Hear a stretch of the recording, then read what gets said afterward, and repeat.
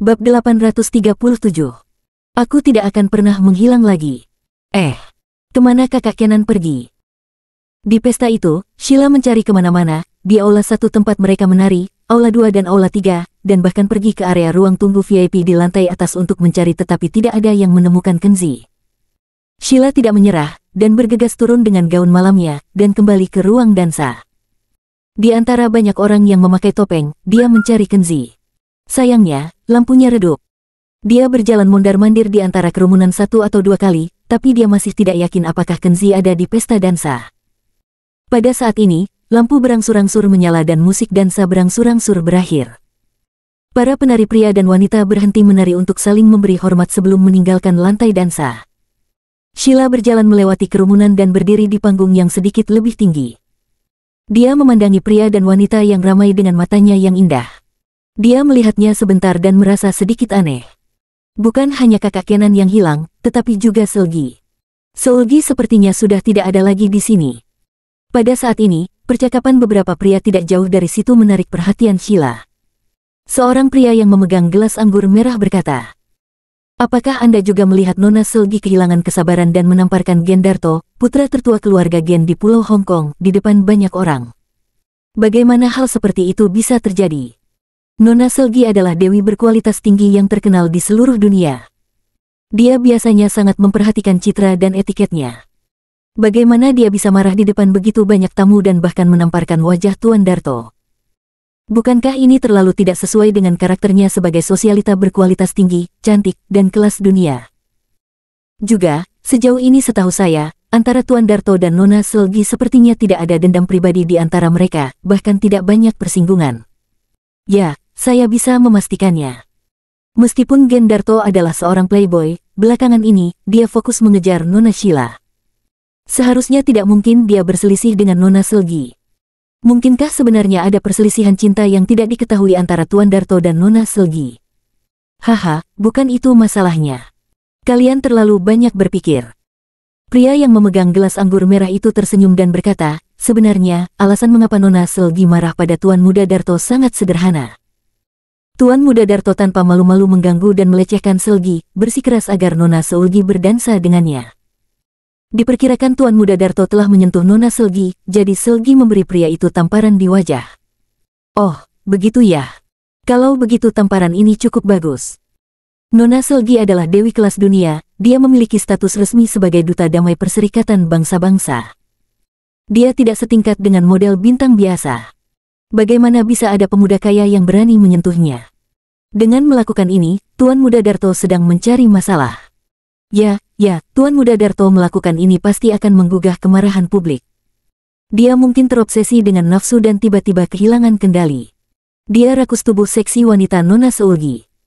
Sebelum diskusi di sini berakhir, seseorang tiba-tiba mulai berkelahi dengan ribut di sisi lain aula. Kerumunan dengan cepat berkumpul di sekitar tempat pertarungan berlangsung. Sheila juga berlari untuk menonton. Gen Darto tampak ketakutan dan dikelilingi oleh beberapa pemuda kaya. Di bawah kepemimpinan seorang pria pendek gemuk yang agak sombong, dia sepertinya ingin untuk memberi pelajaran pada Gen Darto. Lihat, Gen Darto akan mendapat masalah. Kerumunan penonton mulai menunjuk dan membicarakan hal-hal buruk. Itu Toy Sione, tuan muda kedua dari keluarga Sione, Raja Pelayaran. Dia pasti mendengar Gen Darto menyentuh Nona Seulgi, jadi dia membawa beberapa tuan muda lain datang untuk memukul Gen Darto. Ya, memang begitu. Toy Sione bukan hanya putra kedua dalam keluarga, tapi dia juga merupakan orang terburuk kedua dalam hal perilaku. Orang itu selalu terobsesi dan memuja Seulgi. Konon di pesta malam ini, dia akan menyumbang 100 juta, hanya untuk meminta sepasang pakaian dalam Seulgi. Bahkan tuan muda kedua dari keluarga Sione ini berani bertarung dengan Pangeran Timur Tengah. Berani untuk bertarung dengan Pangeran Timur Tengah yang berkunjung di Hong Kong. Ini menunjukkan betapa kuatnya Toy Sione, putra Raja Pelayaran yang pendek dan gemuk. Tidak punya otak dan sombong. Yang disebut orang kaya ketika bertemu dengan tuan muda yang buruk seperti Toy Sione, meskipun Tuan Muda Darto juga seorang tuan muda, akhir tragisnya sudah bisa dibayangkan. Di bawah pengawasan Sheila dan banyak tamu, dalam waktu singkat, Gen Darto ditampar beberapa kali oleh Toy Sione dan beberapa pemuda kaya, dan dibiarkan berlarian, tampak panik dan malu. Gen Darto sangat frustrasi. Tidak ada yang berjalan sesuai keinginannya hari ini. Sheila menolaknya, Selgi menamparnya, dan sekarang dia dikejar dan dipukuli oleh Toiseone. Dia merasa semuanya berasal dari orang rendahan bernama Kenan Harimurti. Pada saat yang sama, di lokasi kecelakaan mobil, Kenzi dikelilingi oleh pelukan dan ciuman lembut Selgi, terjebak di tanah yang lembut dan tidak mampu melepaskan diri. Beberapa pria yang datang membantu ketika mereka mengalami kecelakaan mobil tiba-tiba melihat Nona Lee Selgi, dewi termahal dalam sejarah Pulau Hong Kong. Alih-alih memarahi pria yang menabraknya dengan mobil, dia malah melemparkan dirinya ke dalam pelukan pria itu tanpa ragu-ragu. Dia bahkan berusaha sekuat tenaga untuk meminta ciuman dari pria itu. Semua orang tercengang. Jika mereka tidak melihatnya dengan mata kepala sendiri, tidak ada orang normal yang akan percaya bahwa dewi seksi kelas dunia yang terkenal itu akan berinisiatif mencium seorang akar rumput yang mengendarai taksi dan menabraknya. Ini sebuah plot yang bahkan tidak bisa dibuat dalam novel fantasi. Oke, jangan peluk aku lagi. Jika kamu terus seperti ini, mereka akan mengambil gambar dengan ponsel mereka dan membiarkanmu masuk koran. Kenzi terjebak dalam dilema oleh Selgi, dan dia ingin untuk mendorongnya menjauh dari pelukannya, tapi bagaimanapun juga, dia tidak bisa begitu kejam, dia hanya bisa tersenyum canggung. Selgi tidak akan mendengarkanmu. Jika aku melepaskan tanganku, kamu pasti akan menghilang lagi, dan Selgi akan kehilanganmu selamanya. Selgi seperti orang tenggelam yang mendapat pelampung penyelamat. Bukan saja dia tidak melepaskannya, dia memeluk Kenzi lebih erat lagi. Bahkan jika seseorang memvideokannya seperti ini, menyebabkan dia terlibat dalam skandal dan bahkan merusak masa depannya, dia tidak peduli. Tidak ada yang lebih penting dari Kenzi. Patuhlah dan lepaskan. Aku berjanji padamu bahwa aku tidak akan pernah menghilang darimu tanpa alasan lagi. Kenzi menghela nafas diam-diam, merasakan sedikit kasihan pada wanita ini di dalam hatinya. Wanita ini bahkan tidak mau hidup, lebih memilih mengalami kecelakaan mobil yang sangat berbahaya demi menemukannya. Pada titik ini, jika ketulusannya diabaikan lagi, Kenzi sendiri akan kesulitan untuk bertahan hidup. Opa, apakah kamu mengatakan yang sebenarnya? Bisakah Selgi benar-benar berada di sisimu mulai sekarang? Selgi terkejut ketika mendengar apa yang dikatakan Kenzi barusan. Dia awalnya khawatir, meskipun dia secara paksa menahan Kenzi, dia mungkin tidak dapat menjaga hatinya, tetapi pernyataan Kenzi barusan dengan jelas menganggapnya sebagai wanita yang ingin dia dekati, yang membuat Selgi merasa seperti wanita paling beruntung. Bab 838. Rasa malu Selgi. Dengan janji lisan Kenzi barusan, Selgi melepaskan tangannya dengan gembira, dan memang dia patuh.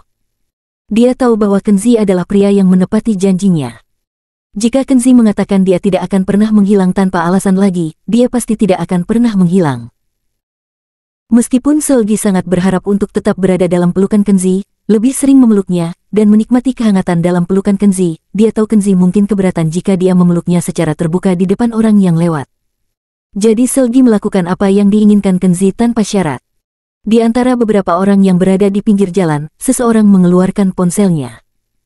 Dia ingin mengambil foto Selgi yang berinisiatif memeluk Kenzi, lalu menjualnya ke media dengan harga yang bagus.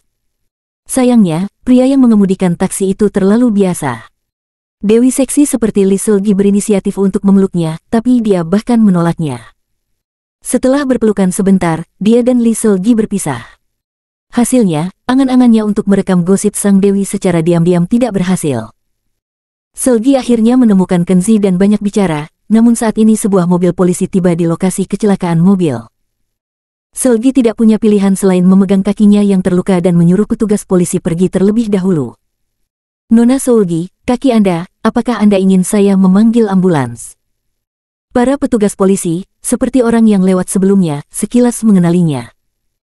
Petugas polisi ini juga menunjukkan rasa hormat dan kekaguman yang besar, dan bersedia memberikan bantuan yang diperlukan kepada Selgi. Tidak, kakiku hanya luka ringan. Tidak perlu memanggil ambulans. Faktanya, Selgi tahu apa yang dia rasakan. Salah satu kakinya bengkak dan mati rasa karena rasa sakit. Sebagai dewi kebugaran dan suka olahraga, ia tahu bahwa kakinya telah mengalami kerusakan pada tulang, dan solusi terbaiknya adalah segera pergi ke rumah sakit dan mungkin memerlukan pembedahan.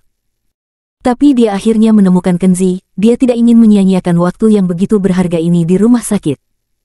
Sekarang dia masih punya banyak hal untuk dikatakan kepada Kenzi, jadi dia berpura-pura hanya terluka ringan dan menolak bantuan polisi. Dia meminta polisi mencatat bahwa penyebab utama kecelakaan mobil adalah tanggung jawabnya sendiri. Kenzi tetap diam dan memperhatikan dari samping. Meskipun Selgi sengaja meremehkan cederanya, kata-kata ini tidak bisa menipu mata Kenzi. Dia tahu betul bahwa cedera kaki Selgi serius dan rasa sakitnya akan sangat menyiksa, tetapi Selgi menahannya. Kenzi menghela nafas, wanita ini begitu gigih. Lebih dari 10 menit kemudian, mobil polisi pergi dan 2 mobil yang mengalami kecelakaan di lokasi kecelakaan juga diderek. Selgi tertatih-tatih kembali ke Kenzi dan berkata sambil tersenyum, "Kenzi, saya akan berjalan bersamamu, banyak yang ingin kukatakan." Secara logika, Selgi tidak boleh berjalan sekarang, karena itu akan memperburuk cedera di kakinya, tapi dia menghargai waktu berduaan dengan Kenzi sekarang. Dia berencana untuk bertahan, tanpa menelepon agennya untuk menjemput. "Jangan bergerak dulu, aku akan melihat cedera kakimu." Kenzi tidak berkata apa-apa lagi, dia langsung meraih lekuk kakinya dan memeluk Selgi secara horizontal. Kemudian dia melangkah ke hutan hijau kota yang terpencil. Wajah cantik Selgi langsung memerah, dia meringkuk di pelukan Kenzi, jantungnya berdebar kencang, perasaan ini manis sekaligus seperti sengatan listrik yang tidak akan pernah bisa dia lupakan. Menemukan sebidang rumput agak datar di hutan hijau kota, Kenzi menurunkan Selgi, lalu mengangkat rok Selgi, melihat kakinya. Wajah cantik Selgi menjadi semakin merah. Ini adalah pertama kalinya seorang pria mengangkat roknya dalam jarak sedekat itu. Dia secara naluriah merasa malu dan ingin menutupi roknya dengan tangannya, tetapi kemudian dia ingat pria di depannya adalah Kenzi. Jadi, dia menggerakkan tangannya ke samping segera. "Jangan gugup. Aku hanya memeriksa cedera kakimu. Aku tidak akan memanfaatkanmu." Nada suara Kenzi tenang, tidak ada pikiran yang mengganggu di matanya. Selgi menggelengkan kepalanya dan berkata dengan malu-malu, "Tidak masalah, aku tidak peduli." Tapi begitu dia mengatakan ini, Selgi merasa dia telah mengatakan hal yang salah. Niat awalnya adalah untuk mengungkapkan, Kenzi melihat pahanya, tidak masalah, dia tidak akan peduli. Tapi maksud dari apa yang dia katakan tadi sepertinya adalah, bahkan jika Kenzi mengambil keuntungan darinya, dia akan patuh tanpa syarat dan tidak akan melawan. Sejak kecil, dia tidak pernah menjadi tipe wanita yang bersikap santai di depan lawan jenis. Dalam berbagai situasi sosial dan menghadapi segala macam elit pria, dia tahu bagaimana menjaga persahabatan namun terukur. Hanya dengan Kenzi, dia sepertinya telah melupakan kesopanan dan jarak antara pria dan wanita. Untungnya, Kenzi sepertinya tidak menyadari bahwa ada kesalahan bahasa dalam kalimatnya barusan. Selgi diam-diam mengangkat mata untuk melirik Kenzi mengamati pahanya yang memar dengan saksama. Rok panjangnya terangkat hingga ke atas pahanya, dan kedua kaki panjang Selgi hampir terlihat seluruhnya. Tidak hanya itu, di bawah sinar bulan yang cerah, bagian bawah roknya rendah hitam juga bisa terlihat jelas. Jika salah satu pahanya tidak bengkak dan terlihat sangat berbeda dari paha lainnya yang putih dan menarik, pemandangan yang dilihat Kenzi sekarang akan menjadi pemandangan musim semi paling memikat di dunia. Tulang kakimu retak, dan ada juga area memar yang luas di jaringan otot di bawah kulit. "Berbaringlah, aku akan membantumu pulih." Kenzi menggunakan tenaga spiritualnya untuk merabanya sebentar, dan tahu secara spesifik cedera Selgi. Cedera dalam kecelakaan mobil semacam ini tidak serius. Dia mungkin harus dirawat di rumah sakit selama 1 atau 2 bulan, tetapi di tangan Kenzi, itu hanya membutuhkan waktu beberapa menit. "Opa, kamu." Selgi ragu-ragu, menatapnya dengan saksama, seolah ingin mengatakan sesuatu. Meskipun nada bicara Kenzi barusan sangat santai, seolah-olah cedera kaki Selgi hanyalah masalah sepele yang bisa disembuhkan dengan mudah, namun bagaimanapun juga, Selgi belum pernah melihat kemampuan Kenzi dalam menyembuhkan luka, dan tentu saja dia tidak bisa percaya ini bisa membantunya pulih dari cedera kakinya. Namun, Selgi adalah wanita yang cerdas. Dia tidak mengungkapkan keraguannya karena Kenzi adalah pria yang paling dia sayangi, dan sebagai seorang wanita, dia harus menjaga wajah pria tersebut. Jadi Selgi hanya menyelesaikan setengah dari perkataannya dan berhenti berbicara, dia mengikuti keinginan Kenzi dan berbaring dengan patuh. Merasa telapak tangan Kenzi telah ditekan di pahanya, Selgi secara naluriah menjadi gugup. Dia tidak tahu bagaimana Kenzi akan mengobati lukanya, dan dia tidak tahu apakah itu akan membuat lukanya semakin parah, tetapi sebelum dia selesai berpikir, dia tiba-tiba merasakan arus hangat mengalir dari permukaan kakinya, yang sepertinya menyatu dengan kedalaman luka kakinya yang bengkak dan menyakitkan. Itu membuatnya merasa sangat nyaman, dan dia tidak bisa menahan diri untuk tidak mengeluarkan suara centil, dan tanpa sadar mengerang pelan. Dengan kekuatan spiritual Kenzi saat ini, hanya butuh setengah menit untuk pulihkan cedera kaki Selgi, daging dan tulangnya tampak rata dan kulit di tubuh kembali berkilau muda dan sehat. "Kakimu baik-baik saja." Jangan mengemudi seperti itu lagi di masa depan. Itu tidak bagus.